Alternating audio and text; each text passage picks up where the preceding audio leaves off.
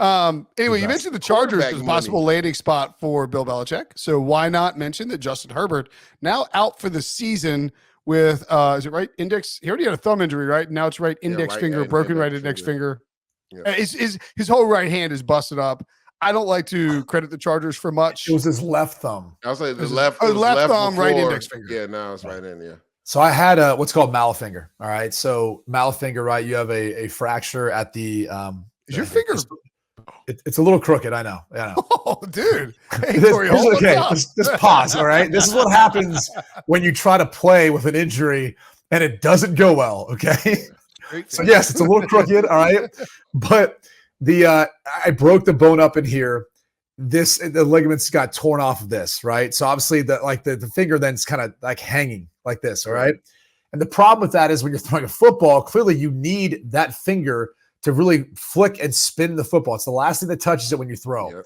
So if you have no power, no pop off that, you then have to switch and kind of push more from your middle finger, adjust your grip, kind of more like sidearm it and not really get on top of it as much when you're throwing the ball in order to still generate that spin and try to maintain that accuracy. So happened in Monday Night Football, tried to play the following week, wasn't going to work. They basically took me out of half, and we elected to get surgery. So they drove pins in here, all right, like straight this way, and they drove pins in at an angle that way. And those things are going to sit in there for about 6 weeks because it takes about 6 weeks for the bones to heal. And then hopefully everything gets reattached.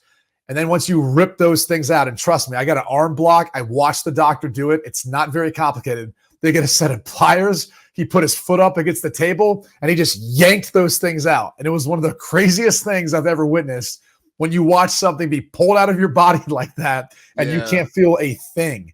Same thing happened to my pec when they did the stitches. I was like, dude, you're not going to ease? No, it was like a rip. Like, yeah, it is aggressive. Yeah. So after that, you literally go through finger rehab. Like, that's what you do. You put stim on it, all this stuff. You're icing it, all these different things. You're trying to get back to feeling, trying to get back to strength. It seems like it's like not a significant injury. For a quarterback, it's huge, okay? Yeah. Like, it's huge because it's literally the last thing that touched the football. My fingers never felt the same, like throwing it. My nail never grows back the same. And as well as you've pointed out, yes, my finger, obviously because I tried to play with it, it only made it more crooked with the way it ended up setting and healing. So it is what it is. But that is who did you play on Monday Night Football? I like trying to find these stats of like how you played with that broken finger. So I hit it off Marcus Stroud's helmet in 2008 on Monday Night Football with Cleveland versus the Bills. Stroud was a beast, by the way. The whole D-line was a beast. Oh, yeah. The next game, you went 8 of 18 for 94 yards and 2 interceptions. Yeah. It did not go well. So clearly, I mean, it's not me like being a jerk. I mean, I know. Here's the problem is we found out because I thought I stoved it. It was so cold in Buffalo. I didn't get x-rays till Wednesday night. I went through practice and our OC's like, what is wrong with you? I'm like, dude, my middle finger was really swollen. My right index finger was swollen, blood under a nail. And I said, I can't like feel my fingers. Like, it's really painful. I can't really push, can't throw. Our trainer's like, hey, let's go get x-rays. And so we went and got x-rays and they called me that night. They're like, hey, this is not good. Like, this is what we're going to try to do to try to hopefully help you play and go forward with it. So I said, that's fine. But we kind of knew going into the game, like, it was not overly effective. And if I had like 90 or whatever yards passing, it literally like half of that came on like one throw to Braylon Edwards, I think up the sidelines. That ended up being like the only good ball I probably threw the entire day. But it was 23-yard catch for Braylon Edwards there. Yeah, there you go. It was 30 degrees, wind 9 miles per hour, and a wind chill of 22. Is this Buffalo? Chilly. Yeah. Yo, dude, that was cold. Can't feel anything out there in Buffalo. Legendary Dick Duran coaching the Bills in that game. Trent Edwards took you down. Actually, no, you took Trent Edwards down. You won the game. Yeah, we had we did a 2-minute drive, and Phil Dawson kicked, I think, a 50-yard or somewhere in there. 56. 56, there you go. Wow. All I remember was, man, my man Kellen, he was supposed to run like an 18 to 22-yard crossing route. He turned it into a 6-yard shallow cross. I'm like, this isn't going to work, dude. Like, who do you think is coaching the Chargers next year, assuming it's not Brandon Staley? And it can't be Brandon Staley, right? I would say Ben Johnson makes the most sense to me, just because you got all the weapons you need, right? We talked about the Chargers can't waste another year of Justin Herbert's career. We know the talent that he has. And Brady, to your point now, it'll be interesting to see how that rehab works. Because like you said, you made a really good point saying that index finger is the last thing that touches the ball, right? So you said the finger never felt the same. So it'll be interesting to see. And Justin Herbert's had a few injuries. He had the cartilage with the ribs. He had the thumb on the other hand.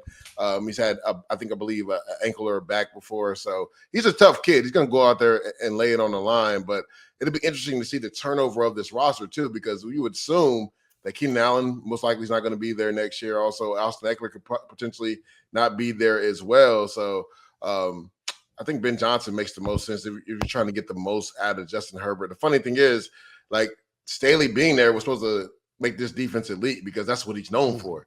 The defense has been awful, though. Like, that's been the weak link of this team. And they have some guys over there, right? They have named guys over there. So it'll be interesting to see how they retool this roster. I believe Telesco is the GM, right? If I'm not mistaken. Yep. So it'd be interesting to see if they keep Telesco. Yeah. That's another thing too. So I mean, as I understand it, Telesco, big reason why Sean Payton wasn't pursued heavily, even though Sean Payton wanted that Chargers job, because Telesco knows he's going to lose a power battle. And of course, the ownership's cheap. They don't want to pay Telesco if they fire him. They don't want to pay Brandon Staley if they fire him. They believe Brandon Staley's the guy. But Telesco didn't want Staley getting fired and being replaced by Sean Payton, because that, Sean Payton, the type of coach with the authority to some of that power from. I think the interesting thing will be, you're going from Brandon Staley, who's a defensive-minded head coach. Do they go with another one, considering some of the issues they've had defensively, because they see a team like the Texans with DeMeco Ryans, or they see whoever you want to touch on? Baltimore Ravens defense has been really good with Mike McDonald. Or do they go with an offensive mind like Ben Johnson? He's clearly one of the top candidates. There's no doubt about it, what he's been able to do with Jared Goff, in particular over the past 2 years. I think the Harbaugh one's interesting only because we heard this rumor of like the extension, and the extension was contingent upon him basically agreeing not to pursue an NFL job. That was probably a week or so ago. And nothing since then. Nothing since then. So you kind of wonder if he's not only preparing to try to win a national championship, focused on that, but also behind the scenes, they're like, well, I can drag this out because I don't need to make a decision. And Brandon Staley's still the head coach. So they're not starting their search, but we kind of feel like the writing's on the wall there. The whole thing's pretty perplexing, but I do think he would be the most interesting outside the NFL of assistants candidate, and one that comes with probably some credibility because he's already had success and won an NFC championship with the San Francisco 49ers. And I think it's three of them, right? And has been known as being a guy who can build up a organization, build up a roster, build up a team, and coach and develop, which I think is highly lacking. Like, to me right now, if you're looking for the next head coach of a team, one of the biggest things that just doesn't happen anymore is development, because there's no time for it. If you find a coach who figures out how to develop players, it's only going to make the front office and the general manager look better, and it's only going to help your team in the long run anyway. So I just think that's one of those intangibles that Jim Harbaugh brings. He's proven at the NFL level, he's proven at the college level, that you're not getting with kind of an unknown guy who's just known for a scheme on one side of the ball. And I think too, if you could make the case that if you were trying to find an NFL team really over the last 5 years that was looking to hire a coach that reminded you of that 49ers team when Harbaugh took over, that was just loaded with talent, had the quarterback position in theory solved. I would say Herbert's a better option than Alex Smith was.